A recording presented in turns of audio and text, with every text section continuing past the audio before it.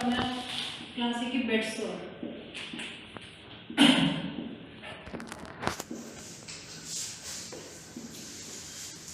आज अपन इस में ये बताने जा रहे हैं कि बेड सोर का मीनिंग क्या है, वो डेवलप कैसे होता है और उसका प्रिवेंशन कैसे करना और ट्रीटमेंट क्या है।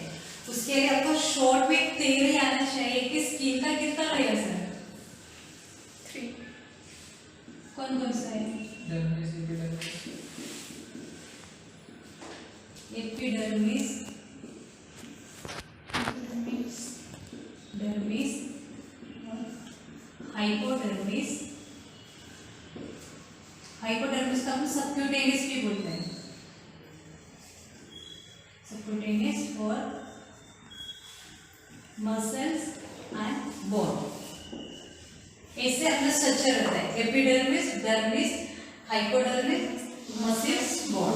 ये हमेशा आपको ध्यान रखना है, इसलिए मैं साइड में लिखा है, तब जाके मैं अभी आगे चलके क्या बोल रहे हैं आपको ये समझ में आएंगे। अभी बेड सोर को अपन 4 नाम से पुकारते हैं। कौन कौन से नाम है, किसी को पता है? सब लोग अलग अलग नाम पुकारते हैं बेड सोर को। एक तो बेड सोर, ये अपन कॉमन यूज करते हैं बेड सोर, और प्रेशर सोर और प्रेशर अल्सर।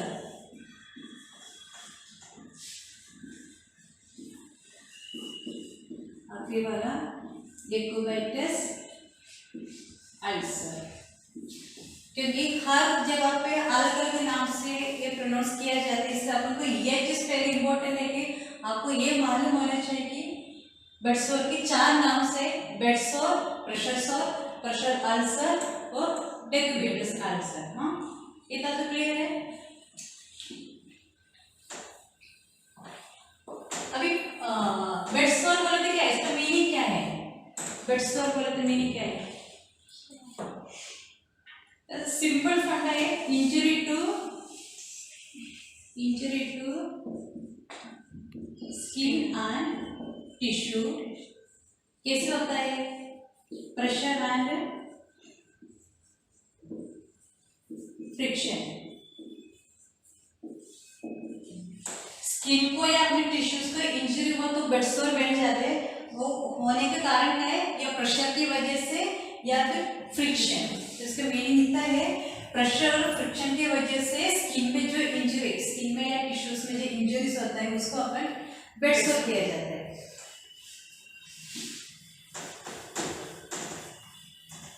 अब ये कैसे कैसे होता है, कॉज क्या है, बेड सोर का कॉज कौन कौन सा है? पहले कॉज आपने बता दिया, प्रेशर। अगर कोई भी पेशेंट अगर लॉन्ग टाइम तक सेम पोजीशन में रहा तो उसको प्रेशर की वजह से क्या हो जाता है, टिश्यूज में या ब्लड सर्कुलेशन कम हो जाता है, उसके वजह से वहाँ पे जो सेल्स और टिश्यूज डैमेज हो सकते हैं, उसके बाद वो बेड सोर में डेवलप होता है। तो पहला कॉज हो गया अपना प्रेशर। दूसरा है मॉइस्चर। अगर कोई भी बॉडी पार्ट्स कंटिन्यू अगर वेट रहा या फिर गीला रहा तो अपन को उसके बाद जब उसको वहाँ पे स्किन निकल जाने के चांसेस रहते हैं, तो ऐसे स्किन फ्रिक्शन हुआ तो बेड सोर होने के चांसेस है। तो प्रेशर, मॉइस्चर, अभी फ्रिक्शन। फ्रिक्शन बोले तो जो स्किन जो निकलता है, जो अपना अगर जोर से भी कहीं लग गया है या फिर इससे स्लाइड हुआ दीवार पे, या तो अपना स्किन निकलता है, स्किन निकलने को अपन फ्रिक्शन बोलते हैं। ये टिश्यू डैमेज होता है, टिश्यू डैमेज। ऐसे हुआ तो भी बेड सोर होने की चांसेस है। और एक है शेयर। शेयर सुना है क्या? Shear meaning pull of skin. मतलब कोई भी बॉडी पार्ट्स में अबनॉर्मल ऐसे स्किन उड़ता है, टिश्यू उड़ के रहता है, उसके ऊपर में अगर प्रेशर बढ़ गया तो बेड सोर होने के चांस है। तो शेयर बोले तो शेयर का मीनिंग पुल ऑफ स्किन, मतलब अबनॉर्मल किसी का बॉडी में आपने देखा होगा पेशेंट का कई जगह नॉर्मल के वजह अबनॉर्मल उठा हुआ रहता है, मांस अंदर ऐसे फैलते रहते हैं, आपने ऐसे देखा होगा, तो उसको ये शेयर बोलते हैं, उसको पुल ऑफ स्किन। ये हो गए इनके कॉजेस। प्रेशर की वजह से लॉन्ग टाइम सेम पोजीशन में पेशेंट रहा तो प्रेशर हो जाते हैं, उसकी वजह से ब्लड सर्कुलेशन डिक्रीज हो जाते हैं, फिर वो टिश्यू और सेल्स डैमेज होकर ब्लड सॉल्व हो जाते हैं।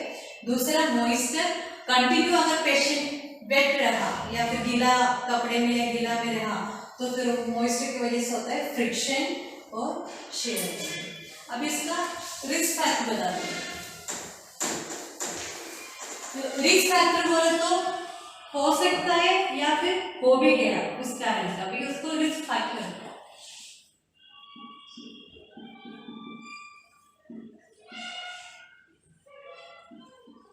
रिस्क फैक्टर में क्या है? Impaired circulation.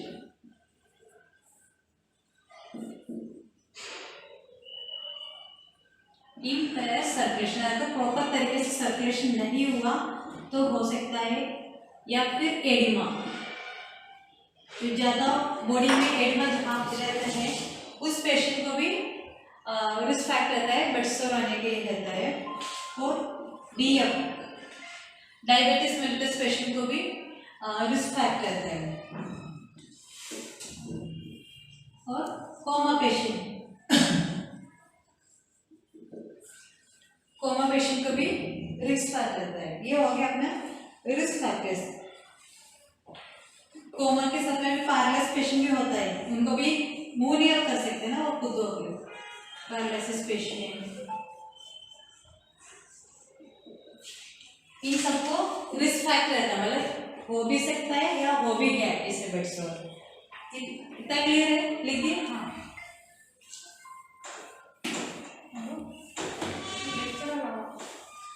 तो वापस से बीच में याद करते रहना, स्किन का लेयर्स एपिडर्मिस, डर्मिस, हाइपोडर्मिस या सबक्यूटेनियस, मसल्स, बोन। अभी साइट ऑफ ब्लड सोर्स।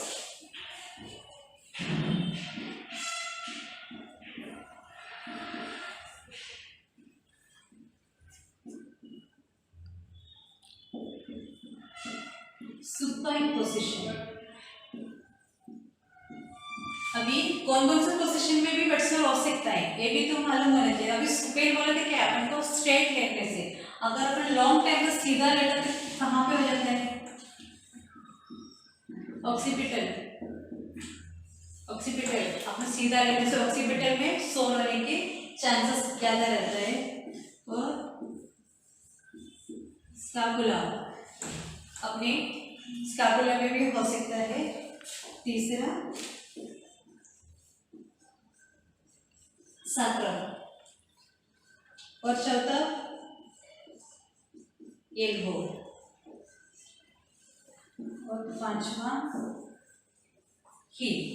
अभी पोजीशन देखो अपन सीधा, सुपेन पोजीशन बोले तो सीधा लेटेगा, सीधा लेटेगा तो ऑक्सीपिटल हो गया, स्कैपुला हो गया, सैक्रम हो गया, एल्बो अपने दोनों हाथ का एल्बो में रहता है, और हील में, क्योंकि उनको लॉन्ग टाइम वो सेम पोजीशन में रहे तो ये भी आप लोग को फ्यूचर के लिए भी काम आएगा। कोई एग्जाम अटेंड करते हैं तो ये भी ऐसे क्वेश्चन आ सकता है, सुपाइन पोजीशन में कहाँ कहाँ पे ब्लड सॉर आ सकता है, या फिर मोस्ट ये ब्लड सॉर साइट कौन सा है? कौन सा है? सैक्रम।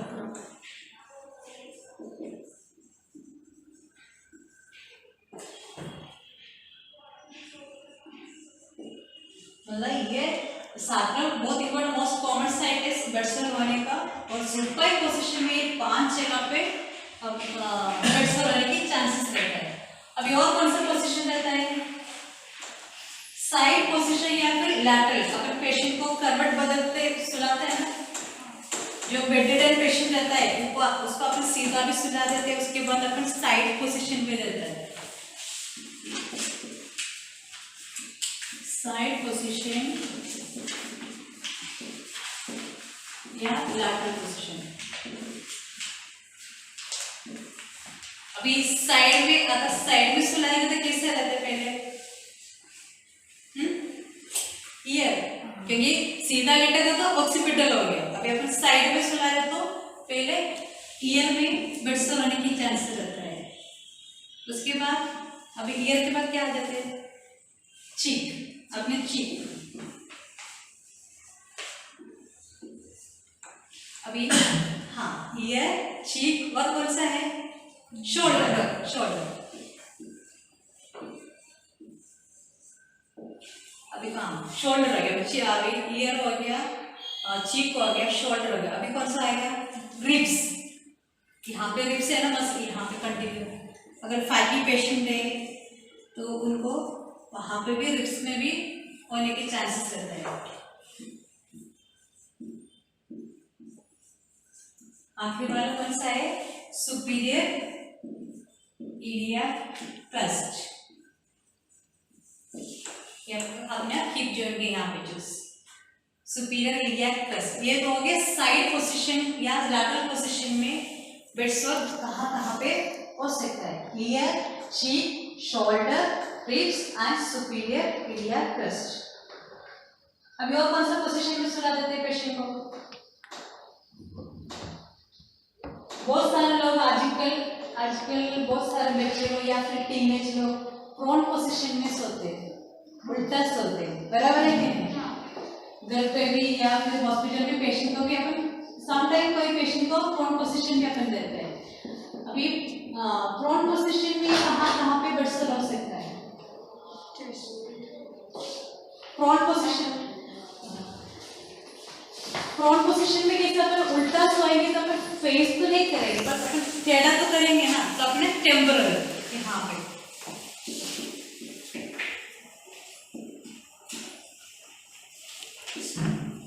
टेम्परल पोजीशन में हो गया।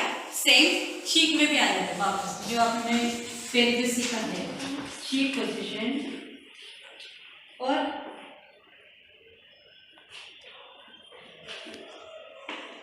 एंटीरियर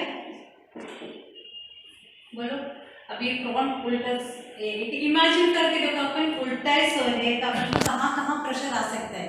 एक तो अपन उल्टा सोएगा तो नेक तो मोबिलाइज करेंगे, तो टेम्पोरल हो गया, चीक हो गया, और एंटीरियर इसका क्या बोलते हैं, एंटीरियर पार्ट ऑफ शोल्डर, मतलब शोल्डर का अंदर उल्टा ही सो रहे ना। और कहाँ हो सकता है, नी, और कहाँ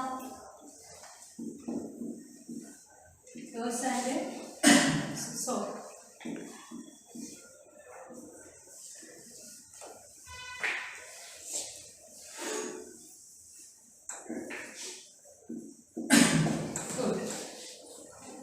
अभी अपन ने पहले स्ट्रेट सुपाइन पोजीशन का साइड सीखा है, लैटरल पोजीशन का सीखा है।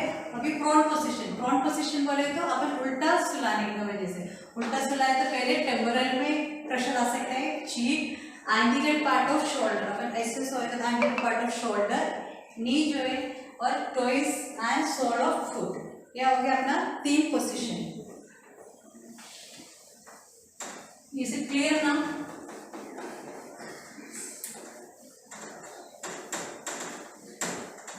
अभी बेडसोर को स्टेजेस बोलते हैं अपन, ग्रेड या स्टेजेस बोलते हैं। डॉक्टर्स बोलते हैं बेडसोर कितना स्टेज का है, स्टेज 1 है, कितना स्टेजेस रहता है, स्टेज 4 तक रहता है, 1 to 4 रहते हैं। अभी अपन स्टेजेस सिखा देंगे।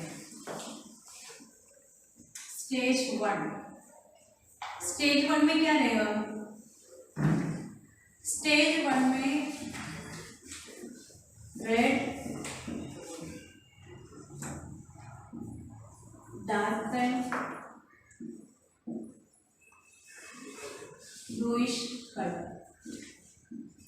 जो स्किन को अगर कंटिन्यू पेशेंट अगर सोया है तो या फिर उनको बेडेड पेशेंट है तो उनको स्टेज 1 में अगर अपन को इंडिकेटर देता है स्किन का colour red, dark and bluish colour रहेगा। अगर इसका मीनिंग क्या है, पेशेंट को बेडसोर होने की चांसेस है, एट रिस्क है, मतलब एट रिस्क अपन को इंडिकेटर दिया है स्किन में, बेडसोर होने की चांसेस है। तो अपन को ट्रीटमेंट क्या देना है, इसको ट्रीटमेंट ऑब्जर्वेशन, इसको ओनली फॉर ऑब्जर्वेशन करना है।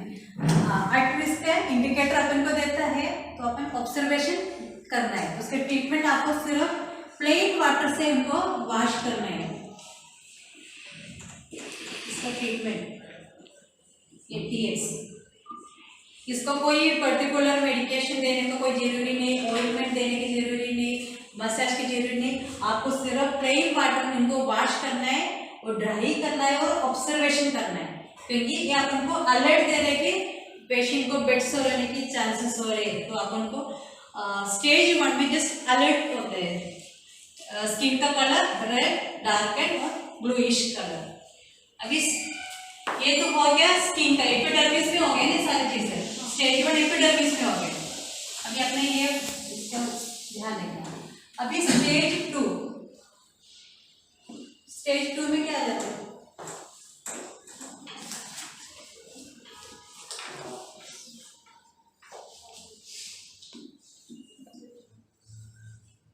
breakdown of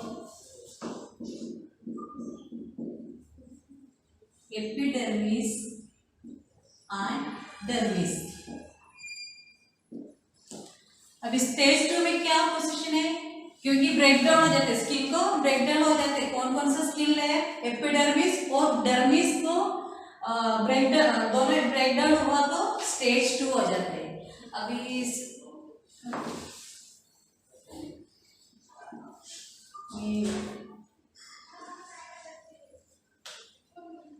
ये हो गया तुम्हारा एपिडर्मिस, ये हो गया तुम्हारा डर्मिस, एक हाइपो और मसल्स। पहले स्टेज 1 में सिर्फ एपिडर्मिस को रेडनेस और ब्लू और डार्क एंड कलर हुआ तो स्टेज 1 हो गया। अभी स्टेज 2 में एपिडर्मिस और डर्मिस को ब्रोकन हुआ है, कट हुआ है, स्क्रैच हुआ, तो इन दोनों को कट हुआ तो स्टेज 2 बोले जाता है उसको। इस क्लियर ना? इसलिए हमेशा ये फोकस करो स्किन का लेयर कितना है और कौन सा सेल लेयर को ब्रेकडाउन हुआ तो कौन सा स्टेज आता है। पहले स्टेज में एपिडर्मिस को हुआ, सेकंड स्टेज में एपिडर्मिस और डर्मिस क्लियर होता ब्रेकडाउन हुआ। अब इसका ट्रीटमेंट क्या देंगे? पहले वाले में ऑब्जर्वेशन किया, उसके बाद जो भी अपन को स्टेज 2 में पेशेंट आए तो अपन को ट्रीटमेंट क्या देना है? क्लीन टू नॉर्मल सलाइन, उनको फिर अपन को नॉर्मल सलाइन से क्लीन करना पड़ेगा।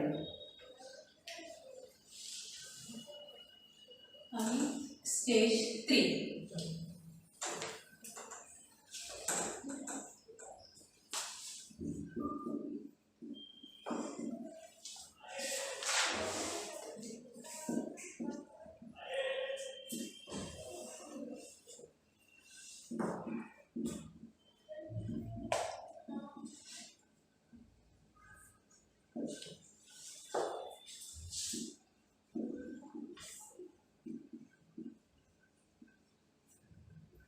हाइपोडर्मिस या सबक्यूटेनियस।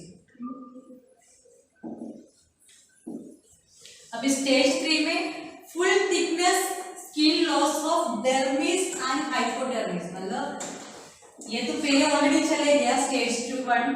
अभी स्टेज 2 और स्टेज 3 को भी स्किन निकल गया, लॉस हुआ है, full thickness skin loss to dermis and hypodermis या सबक्यूटेनियस। अब ये तीनों निकल गया तो अपना स्टेज 3 हो गया।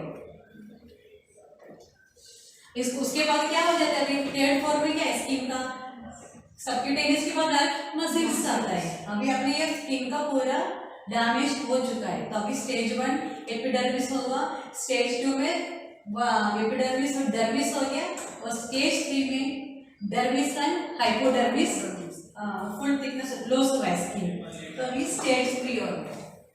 अभी लास्ट स्टेज 4, स्टेज 4 में क्या हो जाते हैं? फाइनली ये सारे स्किन निकलने के बाद बोन विजिबल होता है।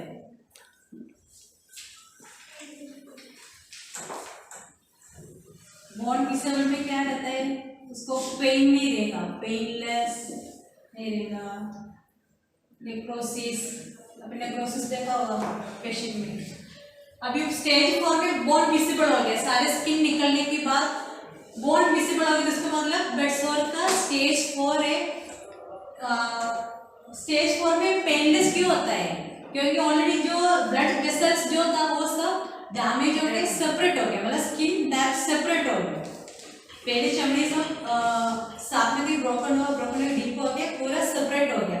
अपन ने कई बार ऐसे देखा होगा बट्स और इतना बड़ा वाले के अंदर येलोइश जो फर्स्ट टाइम में जो बन रही, क्योंकि पूरा आजू बाजू को पूरा स्किन क्या हो जाता है, सेपरेट हो गया, सिर्फ वो जगह इससे रहा तो उसको बॉन्ड विजिबल होता है, तो उसका पेन नहीं होता क्योंकि सर्कुलेशन नहीं है वहां पे, तो पेनलेस होता है, फिर नेक्रोसिस होता है। इतना क्लियर हुआ? अभी आगे से बेड स्वर देखे समझ में आएगी स्टेज कौन सा है तुमको, और स्टेज 1 2 3 में क्या करना है वो भी तो ध्यान देंगे। अभी ये सब चीज के लिए अपन को ग्रेड और परसेंटेज निकालने के लिए एक स्केल है, किसी को पता है क्या बेड स्वर का स्केल कैसे बनाया करते हैं, वो टूल्स वो अपन एक ब्राइडल स्केल बोलता है, एक्चुअली 1987 में अपन तब से ये यूज करना चालू किया, पर अपने पास तो अभी ब्राइडल स्केल का कोई ये तो नहीं है, असेसमेंट नहीं है, अपन जो भी अपनी लेवल पे करते हैं, पर अपन को ब्राइडल स्केल हमेशा पता भी चाहिए, ब्राइडल स्केल फॉलो करना भी चाहिए। इसके जो डिटेल्स है मैं आपको अगले क्लास में बताऊंगी, ब्राइडल स्केल कैसे मेजर करते हैं, तो ये सारे अभी बताए तो तुमको जो पहले जो सिखाए वो निकल जाएगा। तो ब्राइडल स्केल अपन बाजू में रखते हैं, उनका ये सब करने के लिए एक ब्राइडल स्केल होता है, उसका इतना है जैसे अपन जीसी स्क्वायर करते हैं, ऑप्शन और परसेंटेज का देखना है, और उसका मैक्सिमम स्कोर, इसका नॉर्मल रेंज रहता है 6 to 23, 6 to 23 रहता है, उसमें मैक्सिमम स्कोर 23 और मिनिमम 6। इसका अगले पार्ट 2 में अपन ब्राइडल स्केल का सेपरेट सिखाएंगे, उसमें क्या क्या चेक करना रहता है, कैसे उसका मार्किंग दिया जाता है। अभी अपन को प्रिवेंशन है, अभी ये प्रिवेंट करने के लिए अपन को क्या क्या करना है। अभी बेड सोर का आपको डेफिनेशन बताया, बेड सोर कैसे हो जाते हैं, उसका डेवलप कैसे होता है, अगर स्टेज कौन कौन सा रहता है, और वो स्टेज में भी अपन को क्या क्या ट्रीटमेंट करना है, वो भी बेसिक तो मैंने आपको बताया। अभी अपन के कैसे प्रिवेंट करना है, अपन प्रिवेंट करने के लिए अपन चेंज पोजीशन का जो चार्ट बना के रखा है, पोजीशन चेंज एवरी 2 आवर्स अपन को पोजीशन चेंज करना है।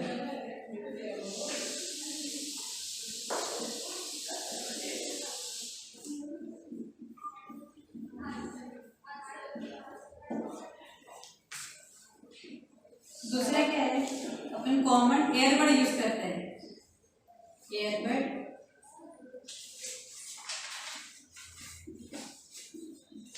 वाटर बेड, और क्या है अपन यूज करते हैं एयरबड। क्या करते हैं एयरबड में, वो जो मीटर्स रहते हैं, एयरबड मीटर्स,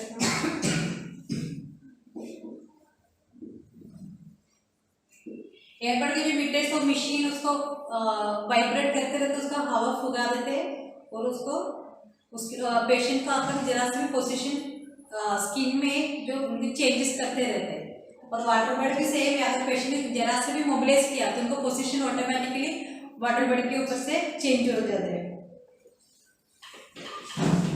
और मसाज करने से क्या हो जाता है, improve circulation, blood circulation improve होता है, तो ब्लड सर्कुलेशन इम्प्रूव होता है, फिर उनको ऑटोमेटिकली बॉडी सर्कुलेशन की वजह से इनको ब्लड सोर्स से प्रिवेंट कर सकते हैं। और डेली तुम लोग जो करता है पाउडरिंग, पेशेंट को पाउडरिंग करता है, ड्राई करना करेगा, हमेशा उनको बॉडी को ड्राई करके रखने से भी ब्लड सोर्स से अपन प्रिवेंट कर सकते हैं। ये प्रिवेंशन हो गया। Every 2 hours change position, airbed mattress, water bed mattress, और मसाज करने से क्या हो जाता है, इम्प्रूव सर्कुलेशन हो जाते हैं। उसके बाद पाउडर, क्या हो गया अपना प्रिवेंशन।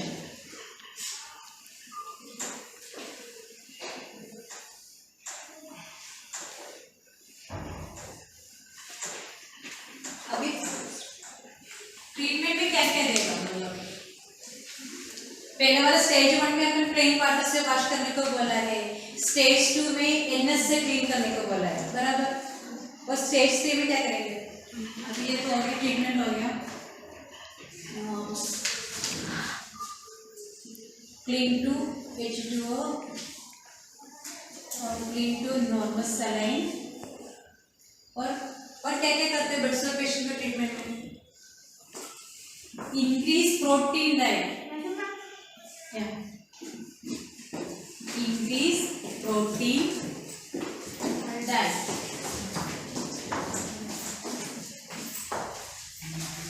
पेशेंट को प्रोटीन का डाइट अपन बढ़ा देते हैं। उसके बाद अपन विटामिन सी भी पेशेंट को देते हैं। विटामिन सी का पर्पस क्या है? वुंड हीलिंग करता है। विटामिन सी वुंड हीलिंग करता है।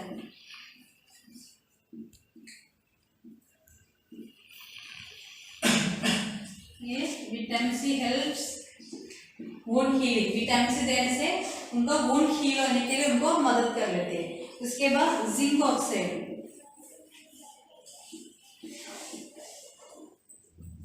पेशेंट को जिंक क्यों देते हैं?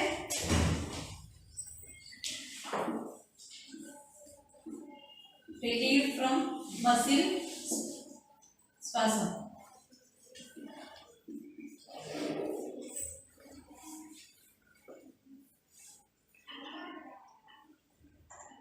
अभी स्टेज 1 होगा ब्लड सॉल्व तो क्लीन करना है, स्टेज 2 में एनएस से क्लीन करना है। उसके बाद अपन प्रोटीन डाइट बढ़ा देते हैं पेशेंट का, और विटामिन सी को ऐड कर लेते हैं वुंड हीलिंग के लिए, और जिंक ऑक्साइड देते हैं रिलीफ फ्रॉम मसल स्पाज़म के लिए। उसके बाद अपन हीट थेरेपी भी देते हैं कई जगह पे। हीट थेरेपी देखा है क्या? और सर्जन ने कई बार ऑपरेट करने के तो बोलते हैं लाइट लगा के रखने का, उनको पाँव को लाइट लगना चाहिए। ऐसे क्यों करते हैं? हीट थेरेपी क्यों देते हैं सर्जरी पेशेंट में, जो ऑर्थो केसेस में? क्योंकि हीट थेरेपी से सर्कुलेशन बढ़ता है उनके बॉडी में। वो हीट थेरेपी कई हॉस्पिटल में देता है, और उसका भी हीट थेरेपी में जो बॉडी पार्ट्स जहाँ पे अपन हीट देना है वो बॉडी पार्ट 45 to 60 सेंटीमीटर दूर रहता है, और उसको 100 वॉल्ट को बल्ब लगाते हैं। फिर उसको 10 मिनट्स का थेरेपी होता है, ड्यूरेशन 10 मिनट्स तक अपन देते हैं वो हीट थेरेपी। और डायबिटिक पेशेंट के रिस्क फैक्टर भी आपने सिखाया था कि बेड सोर में। अभी डायबिटिक पेशेंट को समटाइम्स उसको ड्रॉप ऑफ इंसुलिन पुल करते हैं, वुंड के अंदर में अपन स्प्रे करते हैं, उससे भी उनको वुंड हील होने के लिए ट्रीटमेंट होता है। अभी जाके आप लोग देख लेना, आप लोग को कोई डिपार्टमेंट में अगर बेड सोर का पेशेंट आता है तो उसका ट्रीटमेंट में ये सारे चीज है कि आपको देखने का, इससे आपको मालूम पड़ेगा कि बेड सोर का ट्रीटमेंट क्या क्या रहता है। ये मेन बेड सोर ट्रीटमेंट रहता है। ये दो चीज सामने रहता है। स्टाफ का इम्पोर्टेंस है, स्टेज 1 होता है अलर्ट रहने का, उनको उसके बाद ऑब्जर्वेशन करना है। और बाकी के जो डाइट और इसमें अपन को ज़्यादा फोकस करना है कि प्रोटीन डाइट बढ़ाना है, विटामिन सी ऐड करना है वुंड हीलिंग के लिए, जिंक ऑक्साइड देना है कि मसल स्पाज़म को रिलीव करने के लिए, और हीट थेरेपी कहीं जगह पे देते हैं। अभी जरूरी भी नहीं कि सब हर कोई हो देना, पर ये भी एक ट्रीटमेंट के पार्ट है। अभी इतना तो सीख लिया, ट्रीटमेंट भी आया तो अपन को कॉम्प्लिकेशन भी सीखना पड़ेगा। कॉम्प्लिकेशन में क्या हो जाते हैं? एक तो ब्लड डिस्टेंशन हो जाते हैं। अगर अपन प्रॉपर उसको मोबिलाइज नहीं किया, अगर प्रॉपर नहीं किया तो अपन को ब्लड डिस्टेंशन होता है पेशेंट को, या फिर सेप्सिस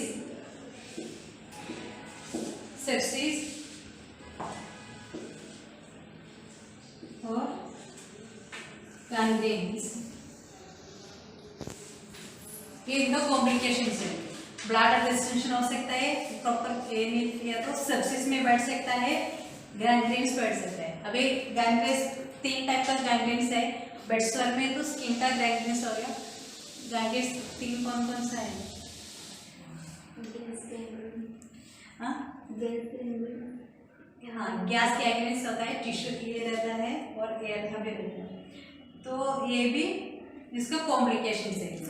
तो अभी इतना ही आपको सीखना है, जो बेसिक चीज़ है आपको सिखाया, तो आपको जो हमेशा ध्यान रखने वाली चीज़, पहले स्किन का आपको ये पार्ट आएगा तो फिर आपको माइंड में रहेगा स्किन में कौन कौन से लेयर्स होता है, एपिडर्मिस, डर्मिस, हाइपोडर्मिस और मसिल्स और बॉडी। ये हो गया अपना structure.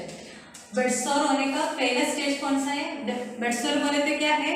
Injury to skin and tissue और प्रेशर एंड फ्रिक्शन।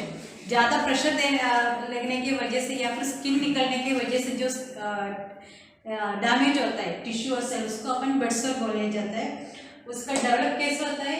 अगर over time patient long time तक अगर सेम पोजीशन में रहा तो वहाँ पे जो ब्लड कैपिलरी कम हो जाता है, सर्कुलेशन कम होने की वजह से वहाँ पे टिश्यूज डैमेज हो सकता है। तो डैमेज होने की वजह से क्या हो जाता है?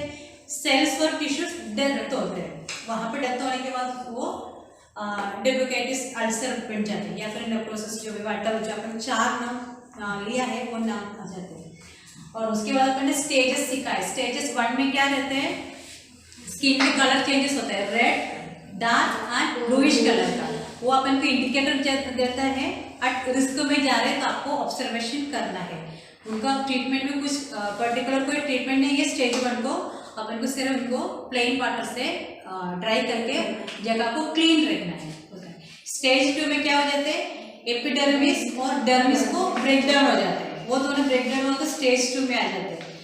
उसका ट्रीटमेंट क्या है? सिर्फ आपको नॉर्मल सलाइन में क्लीन करना रहता है। स्टेज 3 में एपिडर्मिस, डर्मिस और हाइपोडर्मिस सब डैमेज होके वुंड आता है, उसका अपन स्टेज 3 बोलते हैं। स्टेज 4 में फाइनली बोन डिसेबल होता है, ये स्टेज 4 हो गया। उसमें ट्रीटमेंट का मैंने अभी आपको बता दिया। अपन को प्रोटीन डाइट बढ़ाना है, जिंक ऐड करना है और विटामिन सी देना है, हीट थेरेपी देना है और अपन को उनका क्लीन जो भी करना है। कॉम्प्लिकेशन में अभी ब्लैडर डिस्टेंशन हो सकता है, सेप्सिस हो सकता है, गैंग्रीनस हो सकता है। इसके लिए सब प्रिवेंशन करने के लिए क्या करना है?